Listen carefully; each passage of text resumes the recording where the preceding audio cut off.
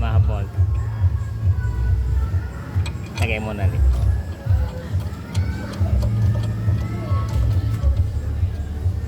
Okay. Try lagyan natin yung shafting ano. Kaya natin ilalagay itong shafting.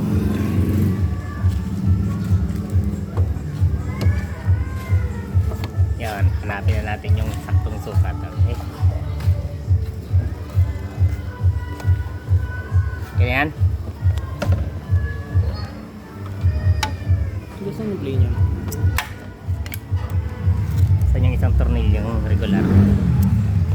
Gusto mo play niya? Ha? Malayo pa yan? Oo.